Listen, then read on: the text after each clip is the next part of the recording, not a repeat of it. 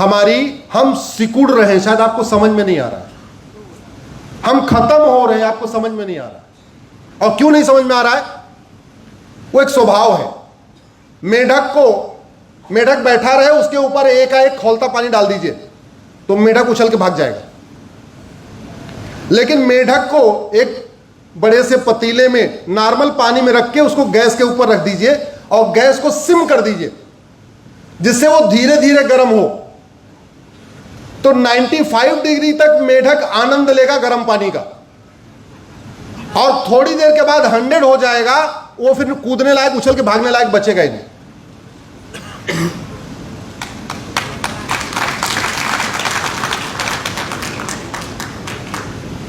ये हुआ नहीं है, क्या हुआ है? मैं तो बंगाल गया हूं, देख के आया हूं क्या हो रहा है वहां हिंदुओं की हालत, क्या क्या हो रहा है वहां पे। शायद आप कल्पना नहीं, आप सुरक्षित राज्य में हैं, सुरक्षित यहाँ पे अच्छा शासन आपको मिला है पिछले 25-30 सालों से, इसलिए आप लोग सुरक्षित महसूस कर रहे हैं। लेकिन ऐसा है नहीं, पूरा देश ऐसा नहीं है। अरे आप खुद सोचिए ना कि होली दिवाली खेलने के लिए पुलिस लगाना पड़ रहा है, भारत के त्योहार मनाने के लिए पुलिस लगाना पड़ रहा है। यह गर्व की बात नहीं है, यह चिंता करने की बात है। और जो वो सोच थी पाक नापाक की, वो कम हो रही है, बढ़ रही है। जोर से बोलिए जरा। मुगलों ने 500 साल के शासन में 1000 मदरसे खुलवाए थे। भारत में 75 साल में संविधान लागू होने के बाद 3 लाख मदरसे खुल गए। और मदरसों में क्या पढ़ाया जाता है बताऊं, या आपको पता है? पता है। अंग्रेजों ने 200 साल के शासन में 1000 मिशनरी कॉलेज खोले थे, एक मिशनरी स्कूल खोले थे।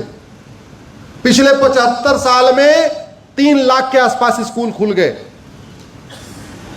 तो खतरा बढ़ रहा है कि घट रहा है? पहले 7 लाख गुरुकुल थे, अब 70,000 से कम हो गए। पहले 1000 मदरसे थे, अब 3 लाख हो गए। तो खतरा बढ़ रहा है कि घट रहा है? जब मैंने इंजीनियरिंग छोड़ा तो भगवान की कृपा से मुझे जेठमलानी जी से परिचय हो गया मेरा। 1 साल काम करने के बाद एक दिन मैंने उनसे ऐसे पूछा, जब थोड़ा क्लोज हो गए, इतनी हिम्मत होने लगी कि हाँ कुछ भी पूछ ले। मैंने कहा सर कब पता चला कि आपको भागना पड़ेगा? तो वो तो अलग तरीके से उन्होंने सवाल का जवाब भी सवाल से ही दिया। बोले तुम्हें अगर 24 घंटे पहले पता चल जाए कि कल भागना है तो क्या क्या करोगे? मैंने कहा सर सारा जमीन उमीन का सौदा तय कर दूंगा, घर का सौदा तय कर दूंगा, जितने गोल्ड वोल्ड हैं सब इकट्ठा कर लूंगा, मैक्सिमम चीजों को जो बिक जाएगा, नहीं तो एडवांस लेके करा के लेके भागूंगा। बोले बेटा 10 रुपए लेके भागा था, पैजामा और बनियान पहन के। जिस सोच के कारण आडवाणी जी को अपना मकान, दुकान, खेत खलिहान, उद्योग व्यापार छोड़ के भागना पड़ा, वो सोच अभी खत्म हो गई या बढ़ रही है? जिस सोच के कारण इंद्र कुमार गुजराल साहब को, मनमोहन सिंह जी को अपना मकान, दुकान, खेत खलिहान छोड़ के भागना पड़ा, वो सोच खत्म हो गई या बढ़ रही है? जिस सोच के कारण यश चोपड़ा, प्रेम चोपड़ा, ऋतिक रोशन के दादा रोशन साहब को, गुलजार को, देवानंद को, राज कपूर को, पृथ्वीराज कपूर को, इन सबको अपना मकान, दुकान, खेत खलिहान छोड़ के भागना पड़ा, वो सोच बढ़ रही है कि घट रही है?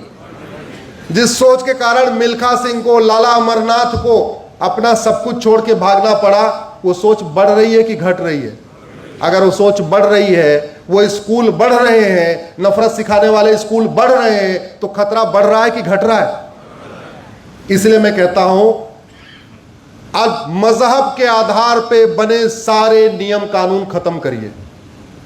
मजहब के आधार पे बने सारे बोर्ड और ट्रिब्यूनल खत्म करिए। मजहब के आधार पे सारे स्कूल, कॉलेज, यूनिवर्सिटी बंद करिए। मजहब के आधार पर अगर कुछ भी चला, अगर ये मजहब के आधार पे लोन चलता रहा, मजहब के आधार पे वजीफा चलता रहा, मजहब के आधार पे आयोग चलता रहा, मजहब के आधार पे मंत्रालय चलता रहा, तो अभी 75 साल पहले तो एक विभाजन हुआ था, अब की बार 3 विभाजन होगा 25 साल के बाद। और इस पे चर्चा होनी चाहिए। संविधान निर्माताओं ने कहा था मजहब के आधार पे विभाजन हो गया, इसलिए अब कुछ भी मजहब के आधार पे नहीं चलेगा। भारत के संविधान में WAQF वक्फ जैसा शब्द ही नहीं है। पूरे के पूरे संविधान में WAQF नाम का शब्द ही नहीं है। पूरे के पूरे भारत के संविधान में मजहब के आधार पे मंत्रालय होना चाहिए, मजहब के आधार पे माइनॉरिटी कमीशन होना चाहिए, मजहब के आधार पे स्कूल कॉलेज चलना चाहिए।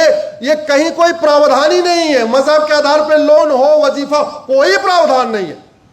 मैं इस पे खुली चर्चा करने के लिए तैयार हूं। कोई मुझे संविधान में दिखाए जहां लिखा है कि माइनॉरिटी कमीशन होना चाहिए, माइनॉरिटी अफेयर मिनिस्ट्री होनी चाहिए, वक्फ बोर्ड होना चाहिए, वक्फ ट्रिब्यूनल होना चाहिए, दिखाए मुझे कहीं। बल्कि इसका उल्टा है। उल्टा है, संविधान कहता है मजहब के आधार पर तो कुछ खर्च ही नहीं करना। समाधान क्या है? समाधान यह है, अच्छा पूरे पूरे भारत के संविधान में माइनॉरिटी भी डिफाइन नहीं है। अल्पसंख्यक कौन होगा कहीं लिखा ही नहीं है।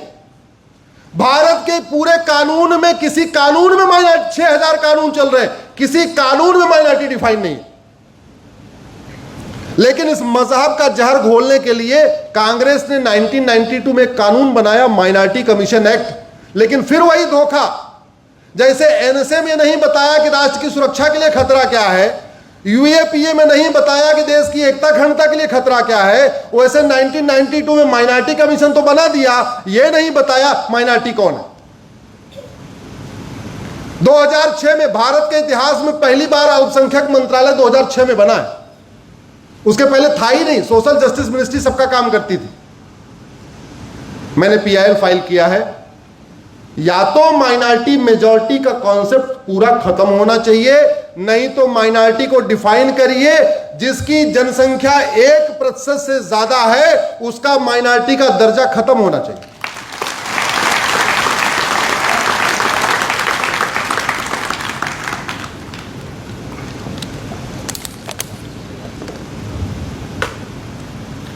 देश को बचाने के लिए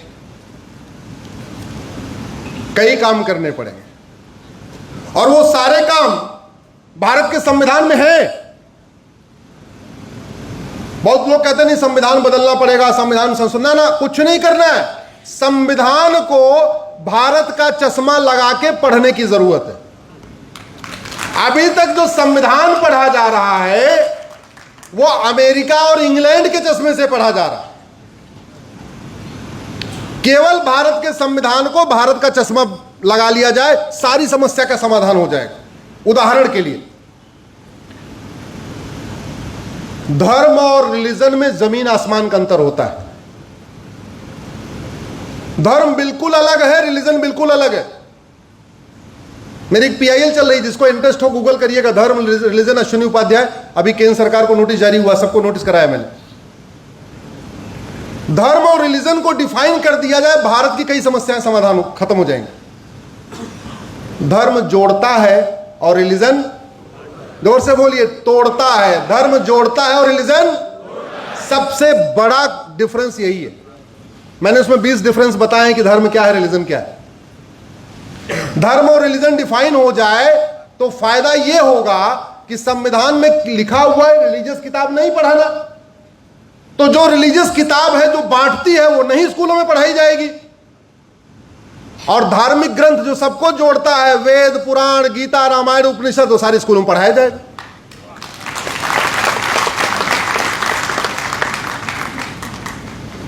संविधान कहता है रिलीजन के आधार पर पैसा मत खर्च करना, आर्टिकल 28। तो रिलीजन के आधार, जो रिलीजन को प्रमोट करने वाली चीजें हैं उनको एक पैसा नहीं खर्च होगा, और जो धर्म को प्रमोट करने वाले हैं उन पे खर्च होगा। अब जैसे भट्ट जी का ये अपना वेद विद्यालय है, ये धर्म को प्रमोट कर रहा है, रिलीजन को, धर्म को। सनातन धर्म और बाकी रिलीजन में अंतर क्या है? हम कहते हैं धर्म की, ठंडे पड़ गए लगता है, धर्म की, अधर्म का, प्राणियों में विश्व का। हम कभी कहते हैं क्या हिंदुओं की जय हो, गैर हिंदुओं का नाश हो, हिंदुओं में सद्भावना हो और हिंदुओं का कल्याण हो, कभी कहते हैं क्या? यही धर्म है। इसलिए कहता हूं हिंदू धर्म है, सनातन धर्म है।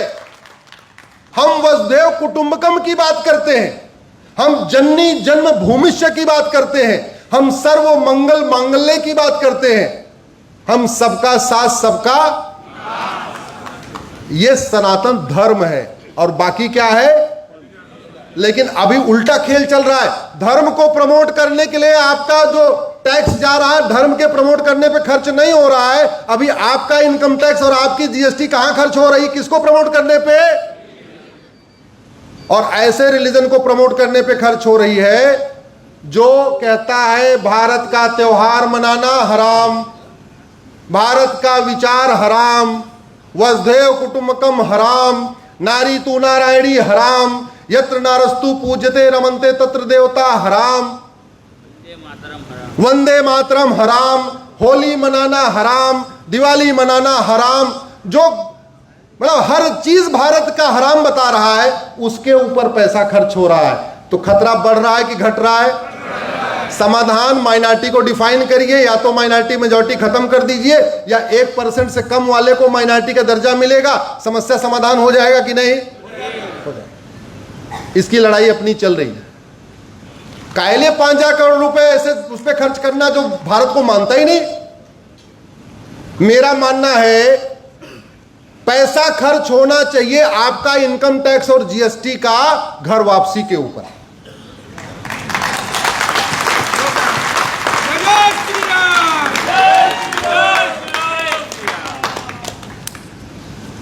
और क्यों? इसको समझिए। घर वापसी कराना केवल समाज का काम नहीं है। घर वापसी कराना केवल विश्व हिंदू परिषद और बजरंग दल और बाकी आप लोगों का काम नहीं है। घर वापसी कराना समाज का भी काम है, संगठन का भी काम है, लेकिन सरकार का भी काम। और क्यों मैं आपको बताता हूं। कोई व्यक्ति 10 लाख वोट से जीत जाए तब भी वो सांसद और विधायक नहीं कहलाएगा। 10 लाख वो काउंटिंग हो गई, 10 लाख वोट से जीत भी गया, कलेक्टर ने उसको सर्टिफिकेट भी दे दिया, तब भी वो सांसद विधायक नहीं कहलाएगा। सांसद विधायक वो तब कहलाएगा जब वो संविधान की शपथ लेगा। और संविधान की शपथ लेके क्या कहता है? मैं भारत के संविधान के अनुसार कार्य करूंगा, देश की एकता अखंडता को मजबूत करूंगा, equality justice liberty fraternity unity national integration का जो हमारा गोल है प्रियम्बल में, इसको मजबूत करूंगा। जब तक व्यक्ति शपथ नहीं लेता तब तक वो पार्टी का होता है। जैसे वो संविधान की शपथ लेता है वो किसका हो जाता है? सबका हो जाता है। और याद रखिए 20 लाख वोट से भी जीत जाए, अगर कोई शपथ नहीं लेगा तो उसको वेतन भत्ता गाड़ी बंगला नहीं मिलेगा। वेतन भत्ता गाड़ी बंगला कब मिलेगा? जब वो शपथ लेगा। घर वापसी होगी तो संविधान हमारा मजबूत होगा। घर वापसी होगी तो इक्वलिटी जस्टिस की भावना मजबूत होगी। घर वापसी होगी, liberty of thought, liberty of belief, liberty of worship, इसका कॉन्सेप्ट मजबूत होगा।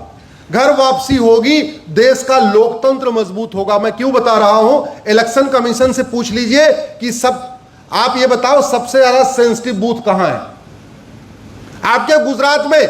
जहां हिंदू 100% है वो सेंसिटिव बूथ है, या जहां हिंदू 20% है वो सेंसिटिव बूथ है? जोर से बोलिए जरा। तो जैसे हिंदू घटता है वो बूथ क्या हो जाता है? सेंसिटिव।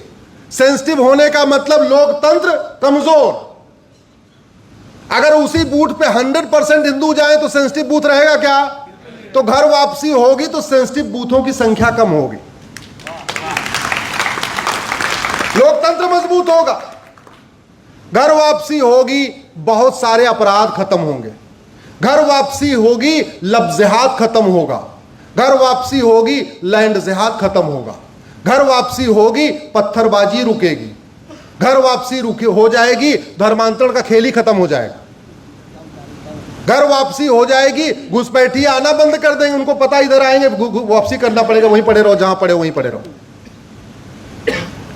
तो वास्तव में अगर भारत की संविधान को बचाना है, भारत की सोच को बचाना है, भारत के त्योहारों को बचाना है, भारत की परंपराओं को बचाना है, जिन चीजों के लिए हमारे पूर्वजों ने इतना बड़ा बलिदान किया, उसके लिए सबसे इंपॉर्टेंट क्या है? घर वापसी। तो घर वापसी समाज को भी कोशिश करना चाहिए, जो व्यापारी समाज के लोग हैं इनको भी कोशिश करना चाहिए, थोड़ा इंसेंटिव देना चाहिए जो घर वापसी के लिए तैयार हो जाए। लेकिन सरकार को भी भारत की संस्कृति की रक्षा करने के लिए घर वापसी जरूरी है। तो जो केंद्र सरकार का संस्कृति मंत्रालय है, उसका सबसे पहला काम क्या होना चाहिए? जोर से बोलिए जरा। घर वापसी।